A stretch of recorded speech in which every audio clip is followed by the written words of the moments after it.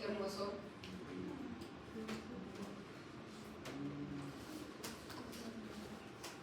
¿Quieren completarlo ahorita? ¿Sí? ¿Puede ser? ¿Tienes? Ya. Vamos a dejarlo para mitad de clase entonces, ¿ya? Para que se refresquen un poco y se olviden llenando ese cuadrito. La clase pasada hemos revisado 3 géneros. ¿Cuáles serán? Anófora, Monoptera y Semiptera. ¿Qué nos queda? Díptera, Ornitóptera y Platanea. Ya. Entonces, dentro de los dípteros tenemos igual 2 grupos, que es el ortorrapa y el ciclorrapa. Y dentro de estos, a su vez, tenemos, en palabras más sencillas en español, a los mosquitos o a los zancudos y a las moscas, básicamente. Y por esta parte, planetarias, tenemos a las cucarachas, lo que conocemos comúnmente como cucarachas. Bien, comencemos entonces con los dípteros, con los mosquitos, o llamados también zancudos. ¿De quiénes estamos hablando? De 3 grupos en específico, que son Anopheles, Aedes y Culis. Y este otro que es Aeromogus, que es más en monos, ¿ya? Entonces no tiene mucha relevancia para los humanos. Les he puesto acá este esquema de este mosquito, pero este es solamente su cabeza, ¿ya? Pero ¿por qué está solamente su cabeza? Por la estructura que tiene delante, que son básicamente los palpos, las antenas y las partes bucales, ¿ya? Entonces, ahorita lo vamos a ver ya enterito, pero les quería mostrar más que nada cómo es su estructura superior, que es lo que más nos interesa, porque pican estos zancudos. Entonces, hemos estado viendo hasta ahora una serie de vectores, y dentro de estos vectores hemos estudiado ya a los piojos. Hemos estudiado también a las pulgas. Solamente nos quedaría una más que destacar. ¿Cuáles son? Las garrapatas también, ¿verdad? Que todavía nos queda eso pendiente. Y a los chinches, mosquitos, a los ácaros. Todos estos son vectores que no solamente van a afectar a los hombres o huéspedes, sino también a otros, que pueden ser aves, pueden ser reptiles, pueden ser anfibios u otros mamíferos. O sea, no solamente nos afectan a nosotros, sino también a otro tipo de huéspedes. Y al final, la relevancia de todos estos vectores es de que van a ser como un medio de transporte para que puedan llevar diferentes patógenos, que puedan ser nematodos, protozoarios, bacterias o incluso virus. La estructura ya la hemos visto la semana pasada. ¿No? Ya. Entonces, es similar a lo que hemos visto en anteriores clases. Y más sencillo, porque solamente lo vamos a dividir en 3 partes. Cabeza, tórax y abdomen. Y está bien por colorcitos. Acá tengo otra imagen un poquito más señalizada. Igual. Cabeza, tórax, abdomen. Pero lo que más me interesa de todo como tal es la cabeza. ¿Por qué? Porque me va a permitir la diferenciación entre hembra y macho. Es una parte. Pero también me va a permitir la diferenciación entre, por ejemplo, Aedes, entre Anopheles y el otro que es importante también puede ser el Luxón. Entonces, eso es lo más importante. Y fíjense también en las patas. Miren sus patas largas. Acá se ve un poquito mejor. Y miren las partes que tienen: fémur, tibia, tarso, tal cual como si fueran huesos, ¿no? De los humanos, nosotros. Pero no, pero igual se les denomina de esa manera. Quiero que noten esta parte anterior, que es de acá. Ya, miren, lo del centro, ¿sí se ve mi manito? Ahí no se ve, ¿no? Lo del centro es la prosbóscide. O sea, eso es lo que necesita para picar, básicamente. Lo de los costados, ya sí. Estos dos de acá que son como que fueran unas espigas, son los palpos maxilares. Y también va a depender de ellos si son como que plumitas, bastante pomposas, en el caso de ¿quiénes? ¿Los machos o las hembras? De los machos. Entonces eso también nos va a permitir diferenciar. Y noten que entre estos dos hay unos pequeñitos, que son los palpos maxilares. Entonces, de toda esta estructura lo que más nos interesa es eso, más que nada. Ya, esas tres estructuras. ¿Ya? ¿Ya se lo han grabado bien? Mírenlo bien, por favor, porque para lo demás voy a necesitar que ustedes diferencien esas estructuras. Entonces tenemos en el centro a su troncócide, en la parte más externa a sus antenas y sus palpos maxilares que están justo en el medio. Nada más. Ya. Y aquí está la otra imagen que les mostré, ya más agrandado. Nuevamente en el centro tenemos, ¿dónde está la posible? Ya, pero tenemos a los palpos y al palpo acá y a la antena. Entonces, los tres más importantes para el hombre son el aedes, el culex y el anófeles. Todos estos tienen una metamorfosis completa. ¿Qué quiero decir con esto? De que van a tener una evolución desde huevo, larva, pupa y adulto. Pero todos estos tienen una característica peculiar también, que pueden poner sus huevos en donde? En el agua. En el agua. Y en el agua, ¿cómo puedo diferenciar si es uno u otro? Según cómo se ve en el ángulo en el que está. Ese es en el caso del sifón, que son estos de acá, los segundos. Pero en el caso de que sean solo los huevos, la ubicación de donde los pones. para empezar, en el caso del culex, pone bloque, ¿verdad? Y por eso da la impresión de como que fue una balsa. Entonces ya descarto allí dos. En el caso del anófeles y en el caso de la aedes, sí los ponen de manera individual, o sea, uno por uno. Pero en el caso del anófeles es como si fuera un grano de castaña, se dice, un poquito más café. Ahora, si estos evolucionan, siguen creciendo, se van a convertir ya en larvas o también sifones. La estructura de un sifón es esta. ¿Y qué significa? Que este sifón es lo que le va a permitir, es como si fuera una cañita, ¿no? Que tuvieran hacia el exterior para que puedan respirar. Y como le han dicho, también puedo diferenciarlos ya en este estadio uno de otro por el tamaño de este sifón que tiene, o sea, la larva como tal. ¿Ya? En el caso del anófeles, ese sifón es bien cortito, por eso es que está casi horizontal o paralela a la superficie del agua. En el caso de la aedes es un poco más largo, es por eso que está casi vertical. Y en el caso del culex también está vertical. Entonces, ¿cómo diferencio? Igual siempre busco que es diferente. En el caso del anófeles es el único que está más horizontal. Ya cuando son pupas, son más grandes, mucho más grandes, ya están casi toditos horizontales. Entonces, puedo diferenciar cuando están en huevo, ¿sí? En larva, y cuando son adultos, de acuerdo a la posición también a la que se ubican. Miren, en el caso del anófeles, ¿cómo es que está ubicado? Más, ¿cómo se diría vertical? Perpendicular, ¿verdad? Y en el caso del culex está horizontal, casi pegadito a la piel. El único que hace como una angulación es el anófeles. ¿Y se acuerdan que vimos el aedes? Creo que era con otro grupo. No dije nada. Lo hemos visto. Ya, acá tenemos a las tres formas.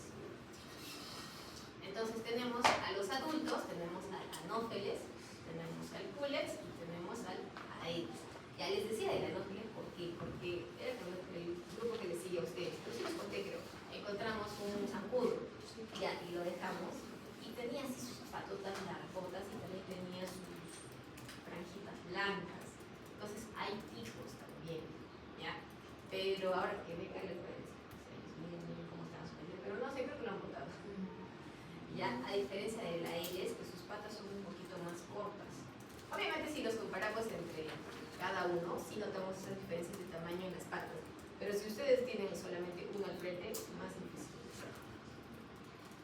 Y en la parte que ya hemos revisado, en cuanto a la angulación, miren, acá tenemos también la diferencia súper vertical, más horizontal y más horizontal. Entonces, el único que se va a diferenciar por su posición súper vertical es el anófeles. Entonces, ¿qué es lo que yo les podría preguntar de todo esto? Lo que más nos va a diferenciar. En este caso, el anófeles, o en el caso de los huevos, al culex, ¿no? Que pone en bloque, que es lo que les permite diferenciar. Ya,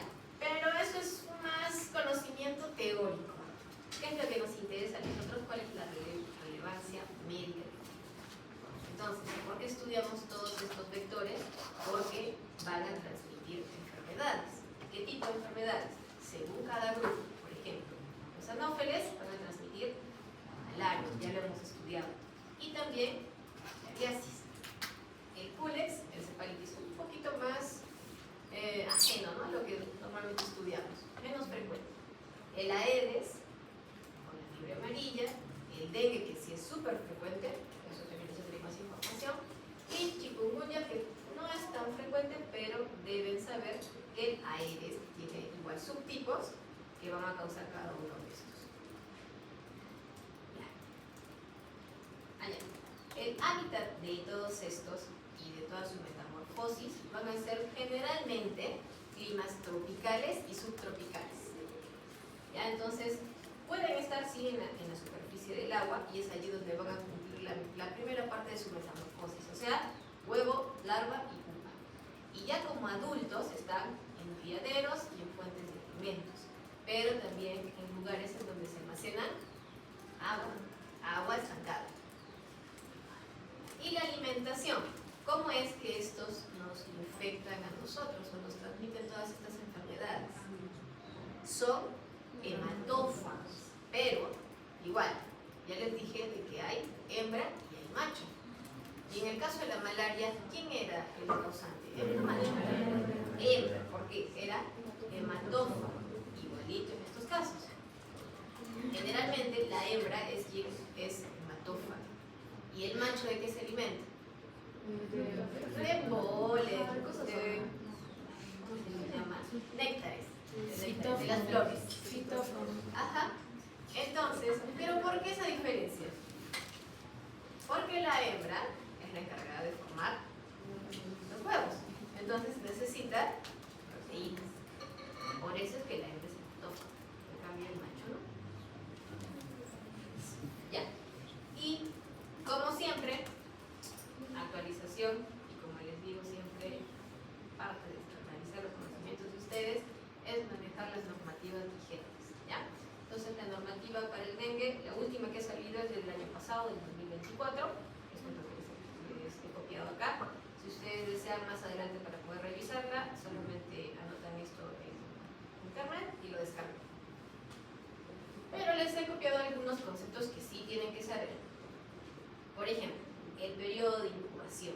Estoy hablando en el caso del dengue, que es lo que más van a ver ustedes, que es lo que van a manejar cuando vayan a suceder un incluso. ¿Ya? ¿Cuánto tiempo se necesita para que el mosquito, por ejemplo, que no está infectado y haya sido infectado, o sea, picando a una persona, luego pueda transmitir esta enfermedad? ¿Cuánto tiempo necesita? Promedio, 10 días. Correcto. Allá, acá no digo. Se pasa. Ya, pero fuente, doctor Vázquez. ¿Cuánto dice en el librito? Por favor. Dice un poquito más. Dice un poquito más. Hasta 10 a 15 días. Un poquito más. ¿Ya? Pero bueno, por ahí va. 8 o 12 días, en promedio de haberse infectado. Entonces el ciclo básicamente es hombre, zancudo, hombre. ¿Qué quiere decir eso? O sea, hombre infectado, viene un mosquito, pica, ingresa dentro del mosquito, y este mosquito va a infectar a otro humano. Ese es el ciclo, ¿ya? Hombre, zancudo, hombre. Ya. Y el periodo de incubación intrínseco, ¿cuánto es? Ya lo tienen idea. ¿Pero a qué se refiere con el periodo de incubación extrínseco o intrínseco? Fuera de nosotros y dentro de nosotros. Así es, en el mosquito. ¿Y cuánto es? 2 semanas aproximadamente. Promedio 5 o 7 días. Ya. Esto sí es importante que lo sepan. ¿Cuándo es un caso probable de dengue? O sea, ¿cuándo voy a sospechar? Pero acá también es un poquito más complicado porque es con signos de alarma, sin signos de alarma, porque existe también un tipo de dengue que es el que causa mayor mortalidad, que es el dengue hemorrágico. Entonces, cuando yo tengo un caso probable sin signos de alarma, ¿qué síntomas debe tener el paciente? Claro, leyendo, ¿no? ¿Cuáles son? Dolor retroocular, ya, uno. ¿Qué más? Cefalea, mialgias. ¿Qué más? Fiebre. ¿No hay fiebre? ¿Hay fiebre o no hay fiebre? ¿Cómo que no? Sí puede haber fiebre, sí hay fiebre. ¿Qué más? El famoso rash o exantema, pero que sale a partir del 5.º día recién. Y laboratorialmente, ¿qué es lo que vamos a encontrar? Porque para empezar siempre yo les he dicho que pido un hemograma, siempre. Ya, entonces en el hemograma, ¿qué es lo que van a encontrar? Ya, algo sucede con el hematocrito. Hay hematocrito. Ajá, muy bien. Algo sucede con los leucocitos y con las plaquetas. Plaquetopenia, leucopenia y hemoconcentración, o sea, hematocrito alto. ¿Por qué? Porque se sale ese contenido. ¿Por qué? Líquido, ajá, Ahí está la vasación, muy bien, ya. Eso también se parece un videito, ¿ya? Así que va a ser una tareita también para el siguiente. Vayan pensando quién lo va a hacer. Caso probable de dengue con signos de alarma. O sea, se refiere que la persona presenta una o más de las siguientes manifestaciones. O sea, básicamente como que todo esto, pero exacerbado. Y vamos a agregar algunas cositas. Por ejemplo, dolor abdominal intenso. ¿Por qué? ¿Qué está sucediendo internamente? ¿Cómo? ¿Dónde?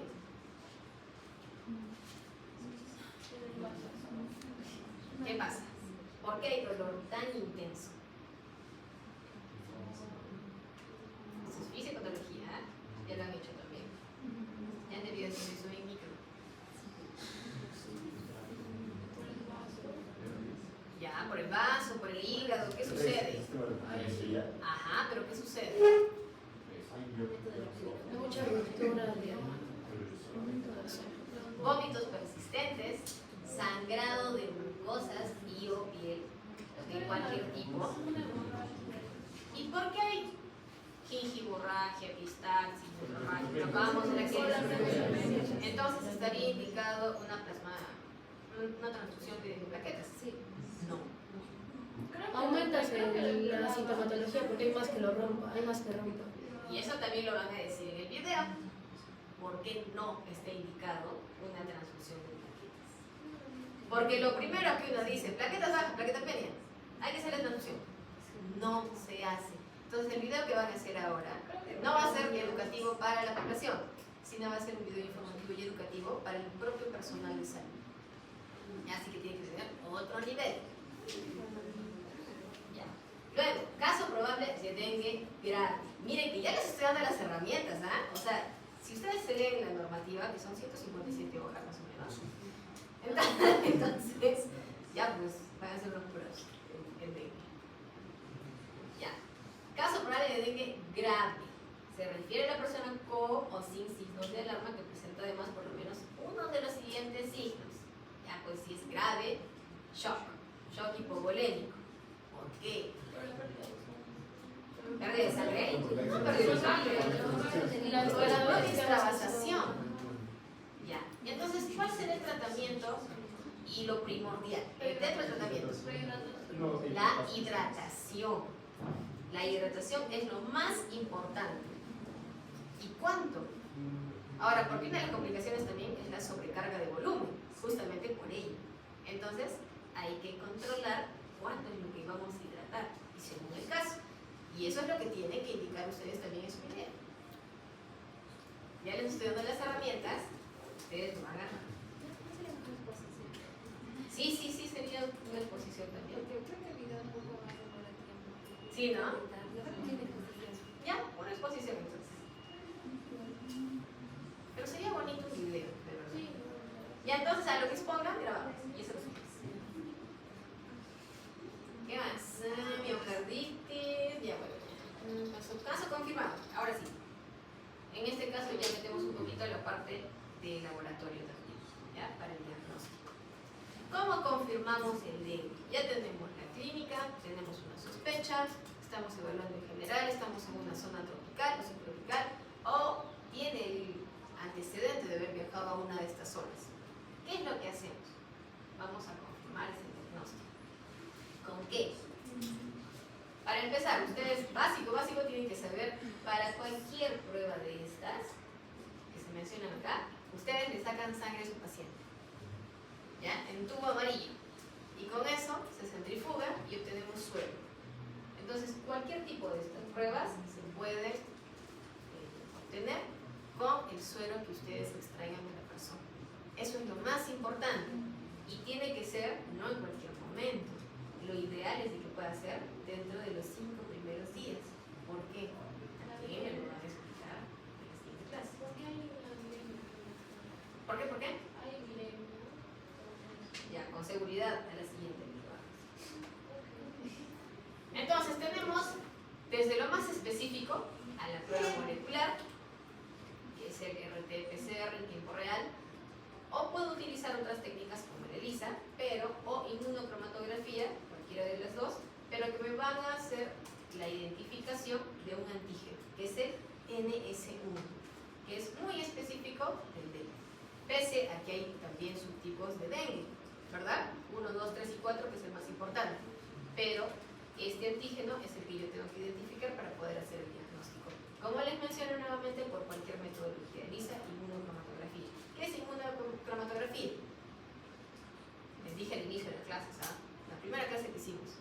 Los cassettes simples, esos que ustedes ven para VIH, para hepatitis, eso es inmunocromatografía. Eso es, o sea, cassettes. En otras palabras. Nada más. Pero, cuidado, no significa de que una vez que yo recién confirme el dengue, recién voy a tratar a mi paciente, ¿ah? No. El diagnóstico es clínico, no es laboratorial en este caso, es clínico. ¿Y qué es lo que nosotros debemos de saber para poder prevenir esto? Ustedes, como serumistas, futuros serumistas, ¿qué es lo que van a recomendar? ¿Cómo se trata?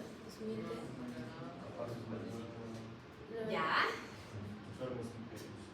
Primero, ustedes van a tener que hacer sesiones educativas y demostrativas prácticas para la eliminación de criaderos de este vector. Entonces, ¿qué van a indicar? Número 1, como dice Diego, tapar todos los recipientes que contengan agua, tanques, barriles, lo que fuera.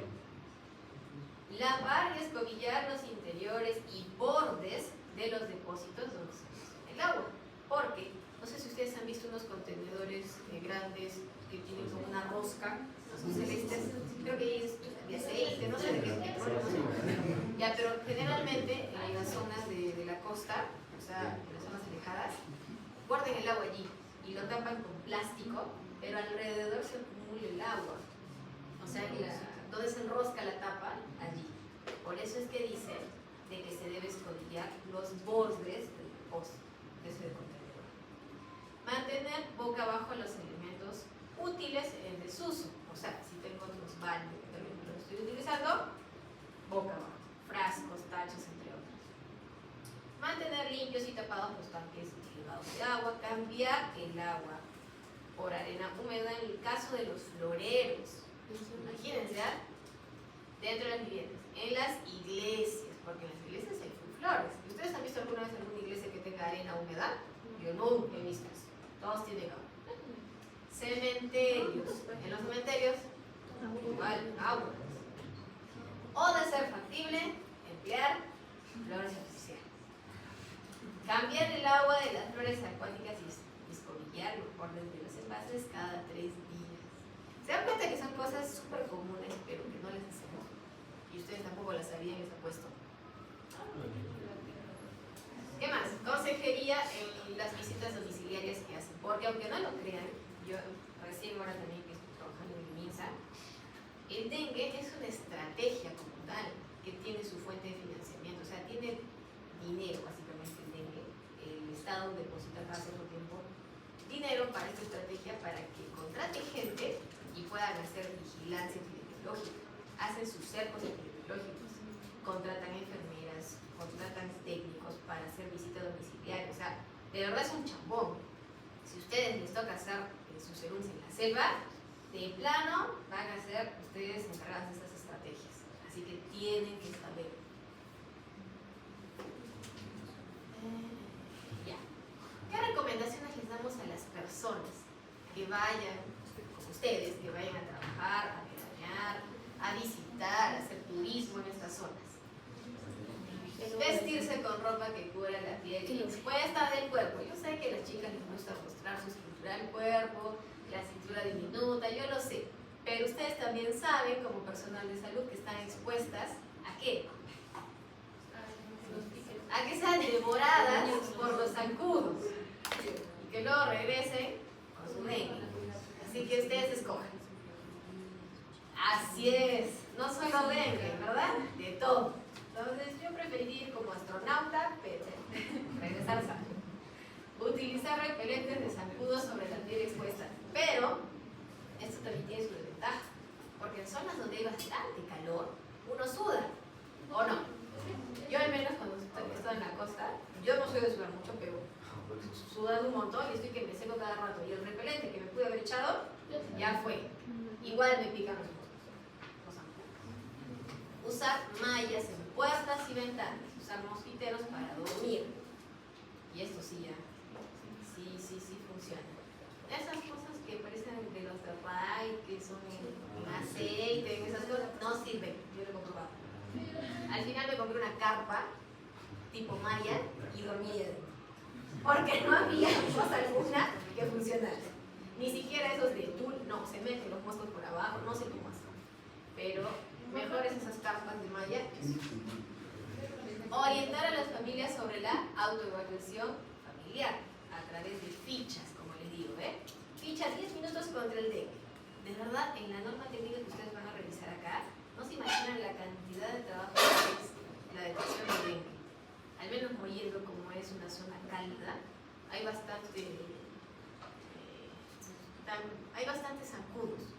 Y ahora peor en verano. Entonces la búsqueda que se hace y el cerco epidemiológico que se hace, ustedes vieron, es un estrés. Y eso que yo estoy, como encargada de laboratorio, epidemiología trabaja un montón en eso. Y esas muestras tienen que llegar el día mismo que se toman. O sea, el laboratorio referencial académico. Es un estrés. Bueno, ya, entonces nos olvidamos un poquito del dengue y vamos a pasar ahora al quiz. ¿Cuál es la importancia de este? Que es un vector para otra enfermedad, que es la filariasis. Y en este caso va a afectar a los vasos linfáticos.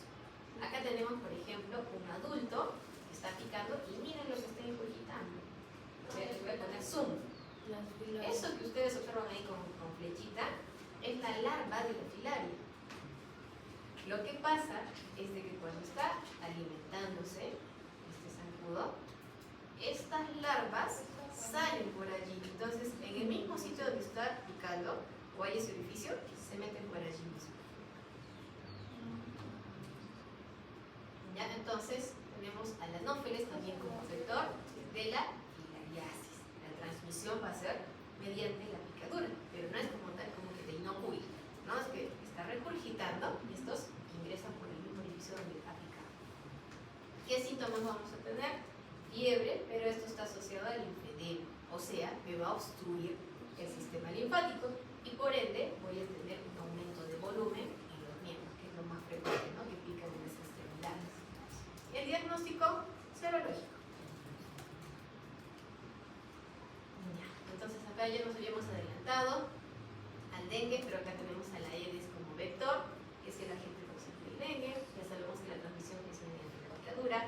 Ya hemos hablado también acerca de los síntomas, del diagnóstico, y nos faltaba solamente fiebre amarilla, cuyo agente causal es el virus de la fiebre amarilla. Cuidado, bien, en ambos, tanto en el dengue como en la fiebre amarilla, no es que el mosquito es el causante como tal de la enfermedad, sino que son básicamente como un medio de transporte para estos dos virus, ni parásito ni bacteria, son virus, dengue y fiebre amarilla. Ambos se van a transmitir por medio de la picadura de este vector. ¿Y qué es lo que va a ocurrir en la fiebre amarilla? Por algo tiene ese nombre. ¿Por qué? Porque va a ocasionar fiebre ictericia. Por eso se llama fiebre amarilla. Y si hay ictericia, voy a encontrar también ¿qué? A nivel hepático. Bilirrubinas altas. Bilirrubinas altas. Pero ¿y esta ictericia a consecuencia de qué será? De una hemorragia. ¿Así es? De una hemorragia. Puede encontrar también albuminuria, signo de Faguet, vómitos y deposiciones negras. ¿Todo esto por qué? Por la hemorragia que va a ocasionar internamente.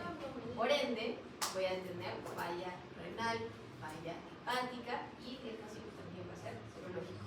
Pero, ¿cómo puedo prevenir esto? Existe una vacuna. ¿Cuánto tiempo antes tengo que colocarlo?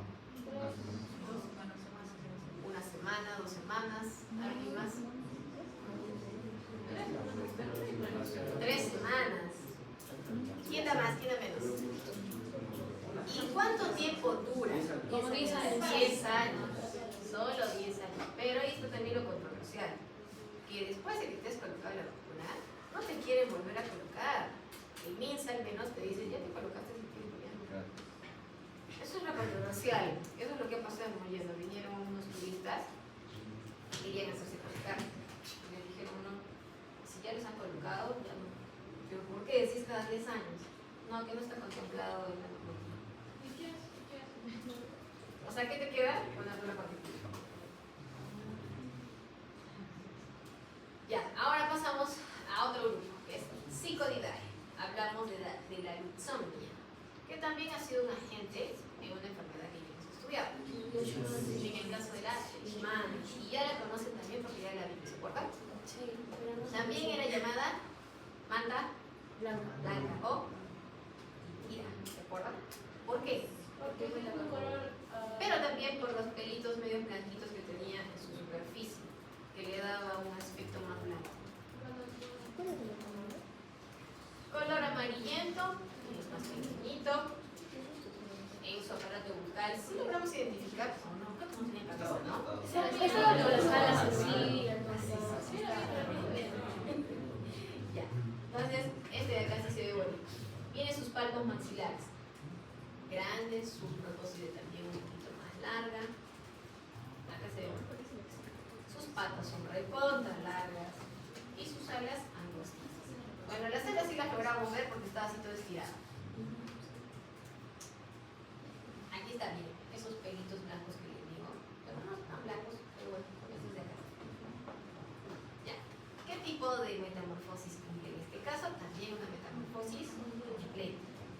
Cumple su evolución, huevo, larva, 4 mudas, luego pasa a pupa y luego a adulto. ¿Dónde es que se ubica? En este caso, el huevo debajo de las piedras. Necesita un lugar oscuro, donde haya materia orgánica. Y el adulto sale casi al finalizar el día, ¿no? Cuando está lloviendo. O sea, una sensación como que de calor, pero humedad también, no en el calor del pleno día como a las 12 como estamos ahorita. Y nuevamente se repite lo que ya conocemos. Las hembras son las que pican porque son hematófagas. ¿Y qué tipo de enfermedad nos va a ocasionar? La Leishman, ya la conocemos. Pero también tenemos a otra que es la Bartonella bacilliformis. Acá tenemos a un jorobadito que es el Simulium. Esta es una hembra de Simulium. Eso es lo más característico del Simulium, la joroba que tiene. Si ustedes ven detrás de la cabeza tiene una estructura como si fuera una mochila. Ya, esa joroba es lo que va a diferenciar al Simulium. Sus patas son un poquito más cortas, sus antenas más cortitas que su cabeza. Tiene también su aparato bucal conformado por un succionador, pero que es más cortito. Acá está en HD. Acá se veía muy bonito, ¿no? Ya, acá está en HD. Igual todos estos van a cumplir su metamorfosis completa y lo que va a transmitir es la oncocercosis. Esto tiene un nombre también peculiar.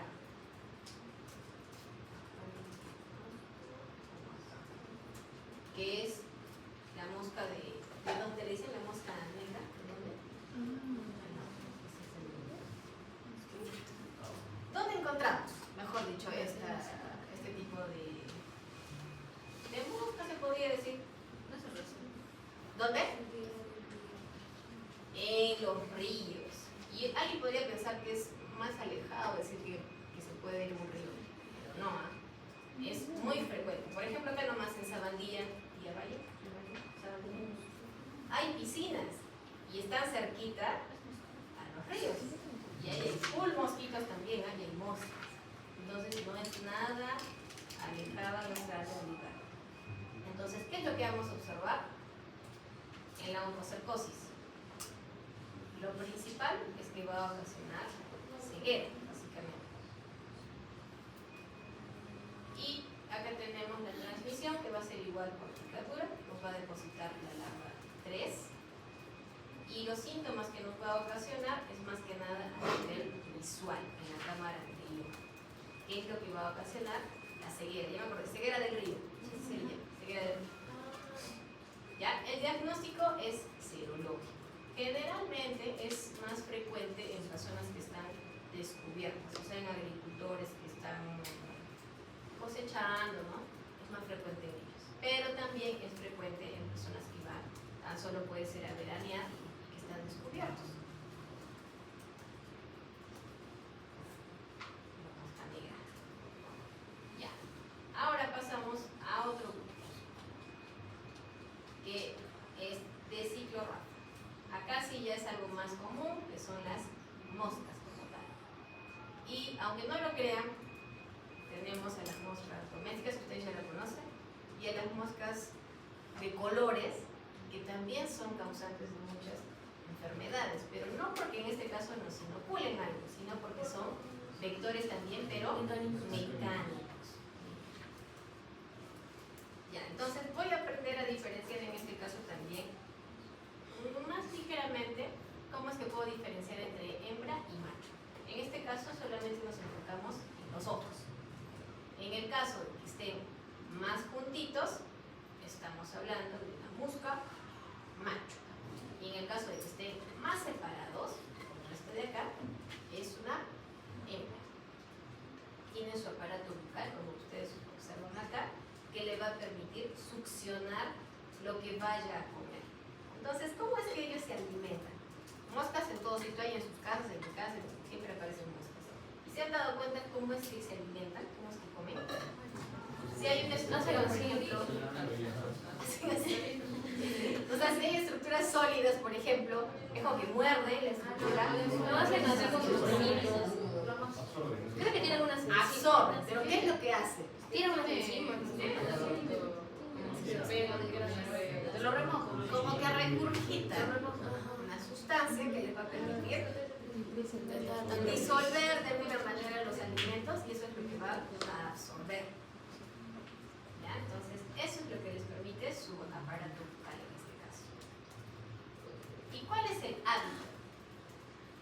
Dependiendo. Generalmente los huevos, o sea, donde es la mayor parte también de su ciclo, va a estar en el estiércol, en las excretas, en la materia orgánica animal y vegetal, y la larva ya se va a introducir al interior de alguna superficie húmeda. La pupa ya busca una superficie más seca. Y el adulto está pues donde sea, pero es más frecuente en criaderos, en fuentes de alimentos. ¿Y dónde descansa? Cuando no logran matar a las moscas, se quedan en la casa, ¿dónde se ubican en las noches? En el techo, en las partes altas. Igual cumple una metamorfosis completa. ¿Y cuánto vive una mosca? Si la dejamos así. Un mes. Dos tareas, ya saben. Guarden una mosquita por ahí que haya entrado a su casa, no la maten y vean cuánto vive. Si vive un mes, ya era recién, era joven. Si vive menos, era que ya estaba la mitad de su vida. ¿Y de qué se alimentan? Lo que hablábamos. Simple material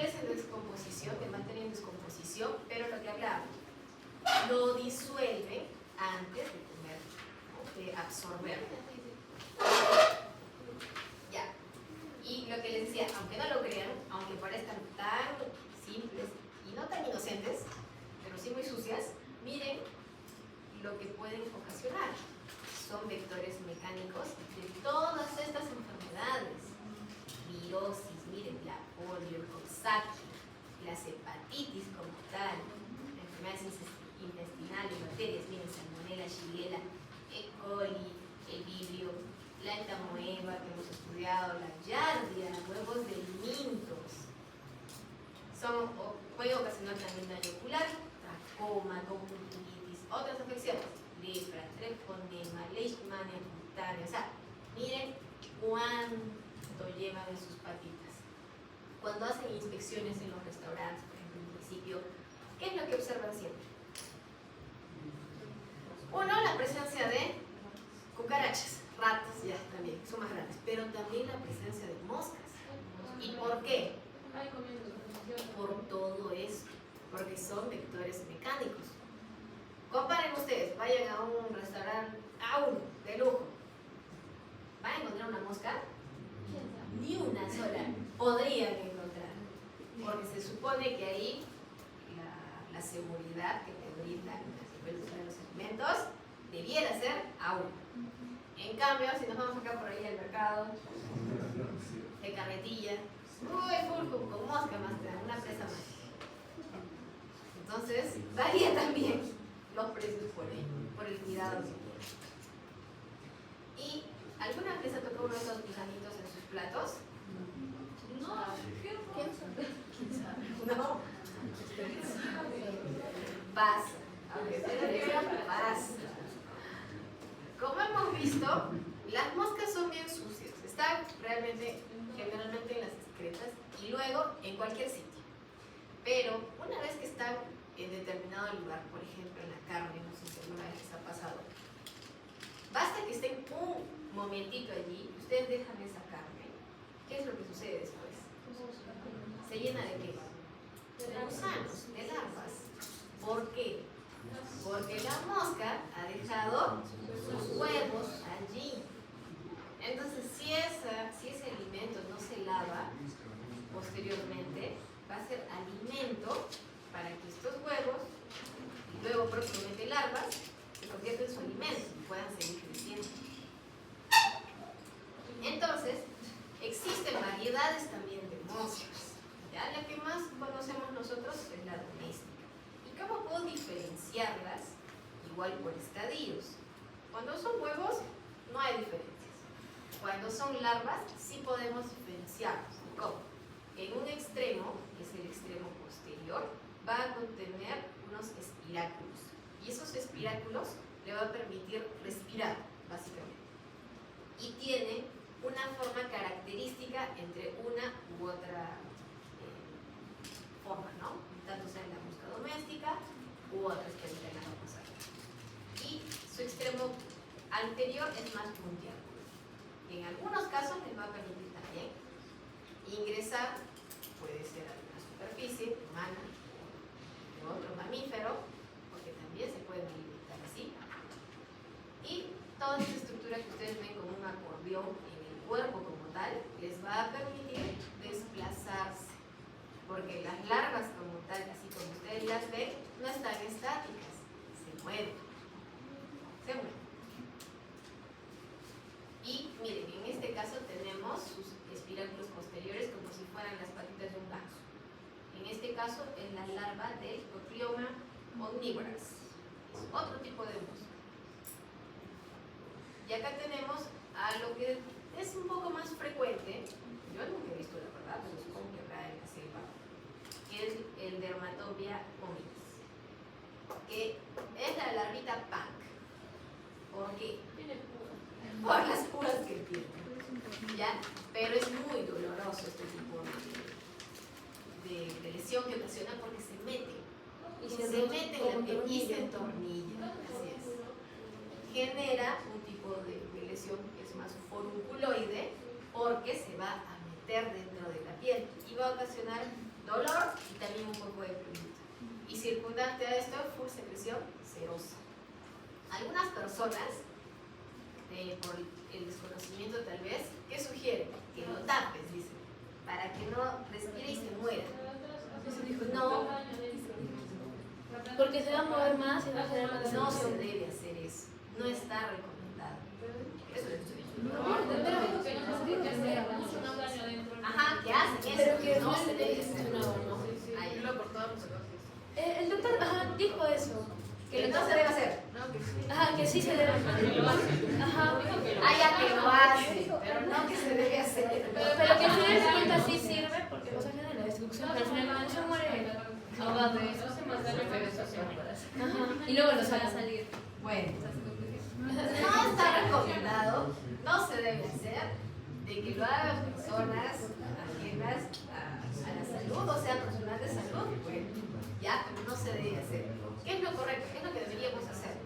Hacer una incisión y retirarlo. Y también añadir, ¿qué? Antibióticos. Porque imagínense todo lo que ha generado alrededor. Imagínense, y si todavía lo tapo, las estructuras que tiene alrededor, que son como espinas, ¿imaginan el dolor de la persona? Entonces, no es recomendado. ¿Ya? Y como les decía anteriormente, es frecuente en personas que tienen descubierto el torso. ¿Qué decía? En los que trabajan con madera y en los que son trabajadores de cosecha de castañas. Bueno, no sé en qué condiciones será eso, pero bueno, sí, así es lo que menciona. Tenemos aquí otra muy particular, que parece ser un acordeón, ¿no? ¿Cómo se llama? ¿Acordeón? ¿Se llama ese instrumento? Sí, ¿no? Que es la larva del Hospis ovis, que tiene una cubierta súper gruesa, se ve a simple vista, y esto le va a permitir protección y también el intercambio gaseoso. Es decir, que si está metido dentro de la piel, puede respirar sin tener enfermedades de este tipo. Y la importancia de todas estas moscas, además de que son vectores histánicos, es también lo que nos va a ocasionar a nosotros, que es la miasis. Entonces, dependiendo de qué tipo de mosca, dependiendo de qué tipo de larva voy a tener, me van a ocasionar una clínica distinta, sí, porque tenemos miasis de larvas hematófagas, tenemos a la miasis cutánea, tenemos a la miasis folliculosa y acá tenemos a la dermatopia omnis. Y el dolor que va a ocasionar pues es intenso, algunos dicen que es taladrante, porque se va pues a movilizar, ¿no? Como que estuviera literalmente metiendo un tornillo. Tenemos a la miasis subcutánea, que va a ser ocasionada por las de las moscas en hipoderma. Tenemos a las miasis de heridas o de lesiones cutáneo-traumáticas, cavitarias. Miren, cavitarias, auriculares, nasofaringias, oculares y genitourinarias. En conclusión, de todo esto no se han acordado nada. Cuando hagan su internado en cirugía, miasis, punto, nada más. ¿Y qué se hace? ¿Ya? Y les he puesto acá un videito de la primera vez que me pasó a mí como interna. Yo era bien, ya les he dicho que era bien piñosa. Entonces, en uno de mis turnos, mi compañerito que está en emergencia me dice: ¿tienes ingresos? Ya, le digo, ya, pero no sabes lo que te espera. ¿Por qué? Tienes una miasis. Miasis. Y dije, yo me acuerdo de eso. ¿Cómo era? Yo sabía por qué eran los. Dije, ¿cómo será? ¿Dónde? La pierna. Porque ya teníamos un paciente así que era drogadicto.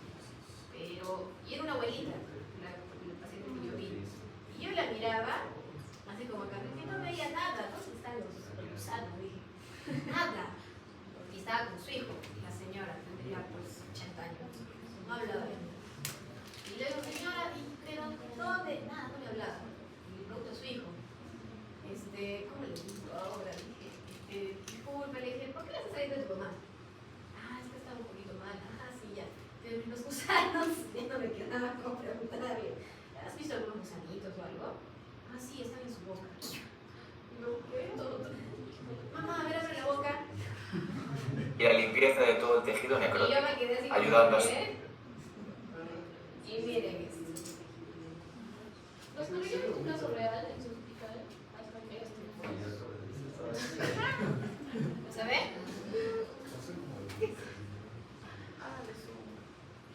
Eran así tal cual, chicos. Abrió la boca la señora y estaba con full larvas.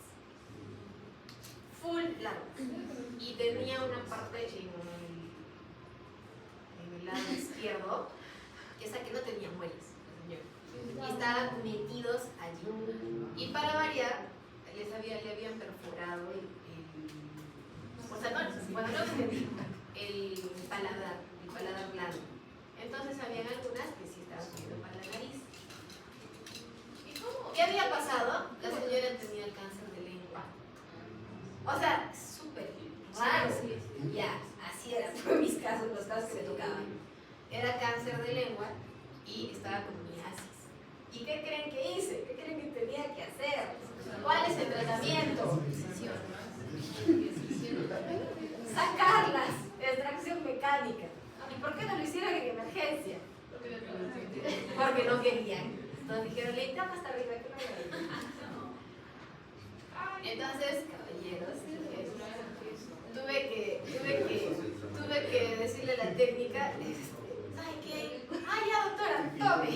Me dio mi baldecito, mi pinza, caballeros. Y sacaba gusano por gusano, así. Y cuando estaban en el balde, los gusanos estaban que se querían salir. Ay, no, estaba yendo ahí. Y no morían nada. Porque las técnicas, cuando fui, lo hice en Goyeneche, los vaciaron, pues así, en las más asquientas, así de lejos, se pusieron triple guante, todo. Y le echaron lejía y todos sus menjujes que tenían. ¿Y acaso morían las larvas? Se seguían moviendo. Hasta que ya tuvieron que aplastarlos. No, pero la señora me dio mucha pena. Porque, como les digo, la señora estaba full larvas. Y había una que estaba a punto de pasársela.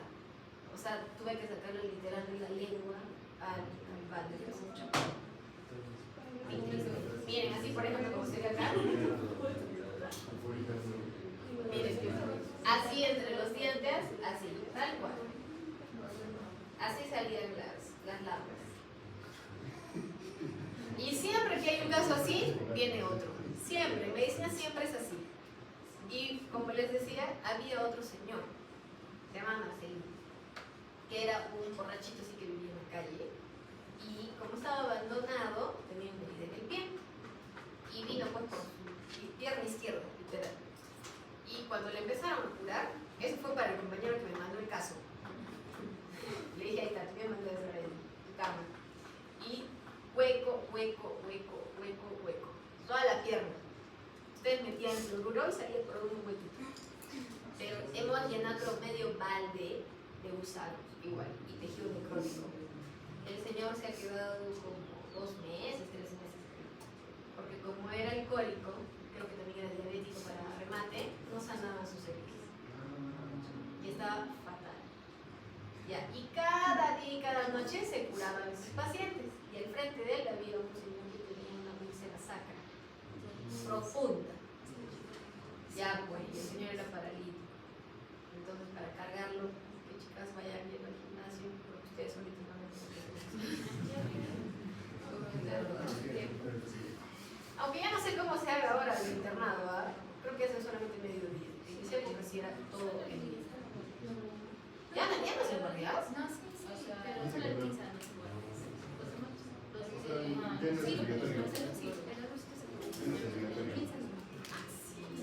Creo que eso es como en un hospital y luego 6 meses a los superintendentes.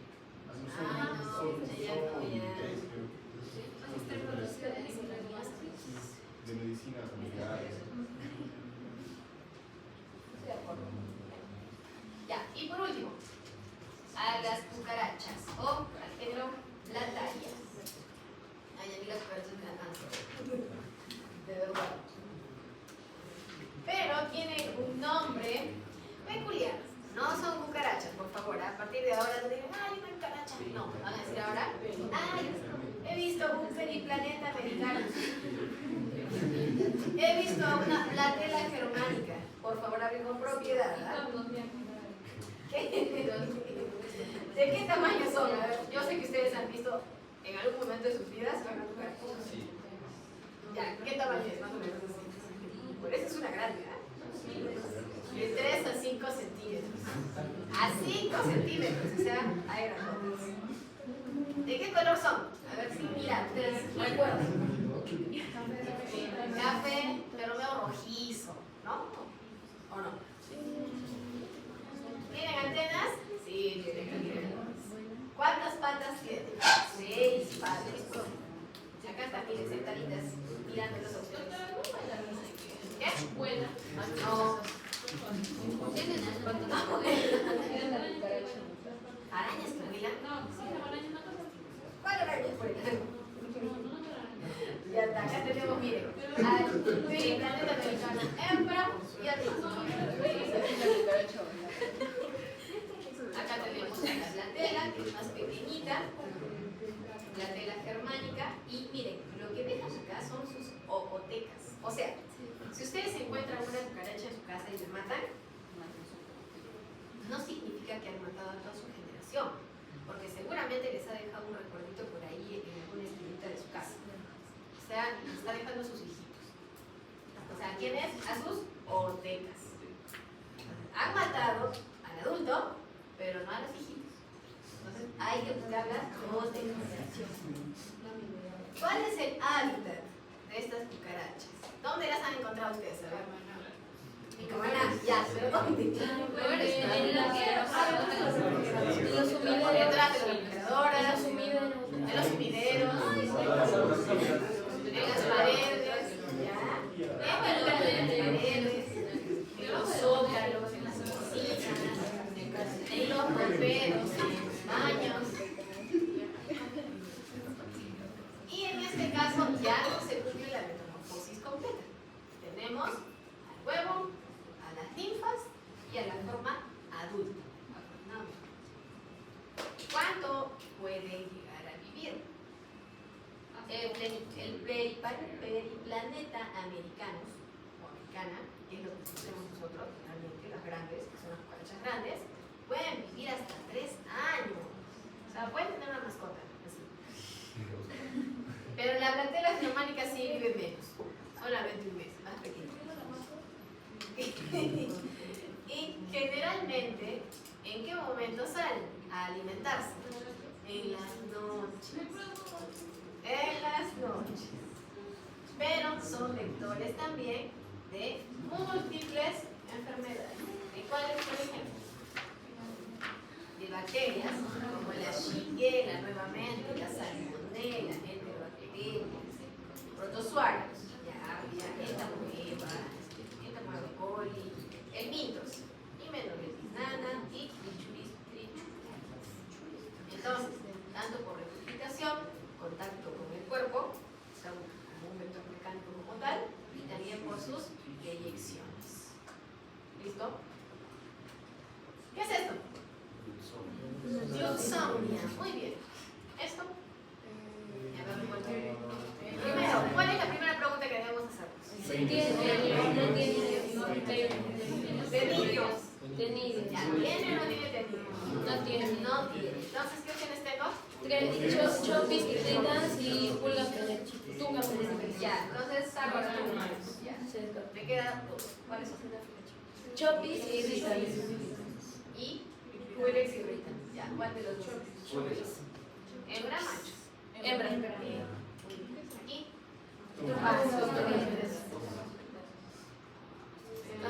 Feliz. Tiene 2 tenidios y el diente está en el mismo tamaño. ¿El diente? No dijo diente, que era el primer No diente. es verdad. No tiene dientes. No, bueno, el otro dijo. No es diente. No es porque te digo todo. Es cerda, No, era un cerdo. Ya, está bien. Su primera cerda no es mascota. Está del mismo tamaño, entonces es. Feliz. No está más corta. Es feliz. Por eso, ya mi nombre completo. Entonces, válidos, feliz, hembra, adulto.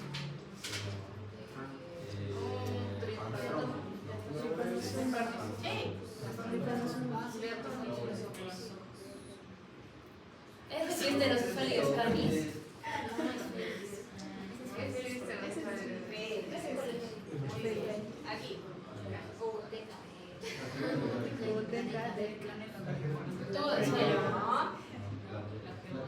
Bacteria. La tela germánica, más chiquita.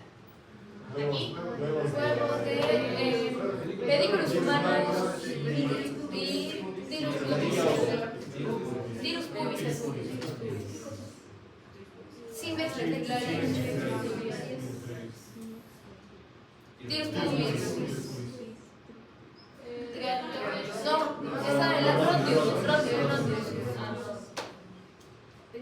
Adulto hembra de pedículos humanos. Ahora sí. Ya ese sí es Letarier.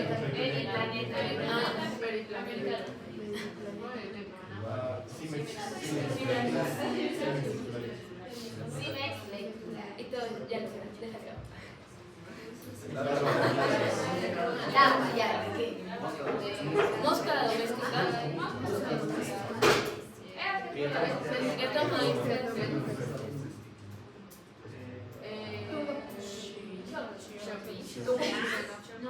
¿No es irritante? Estoy entre irritante o chofis. Hembra, macho. Hembra. Hembra de. Pues es silbato, ¿no? Es irritante. Ahí está el silbatito.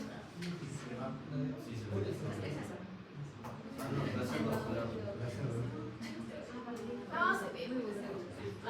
Eso es la pata de ganso, no me acuerdo. ¿Cómo se llama? Larva de. O sea, Digo nombre. ya. Es de Ya es de fácil. Ya. De.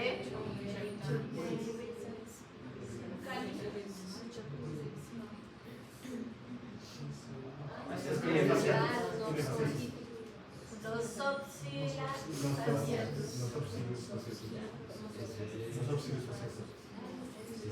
ya, este sí.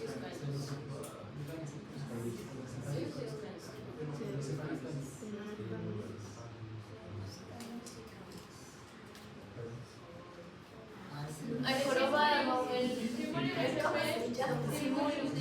Simul. por la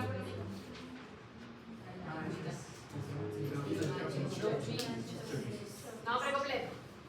adulto macho de Xenopsia chopis. Ay, no me acuerdo. El de acordeón. La que tiene la capa Larva de obeso. Hembra. Macho. Ay, el tornillo. Dermatobia. Hembra de. Ese ya está, ya lo hemos puesto, ¿no? Creo que está resuelto. Entonces, irritan. Hembra, adulto hembra de pules irritan. Siguen dudando entre pules y chokis, ¿ah? Es irritan, los pules. Ya no se sabe.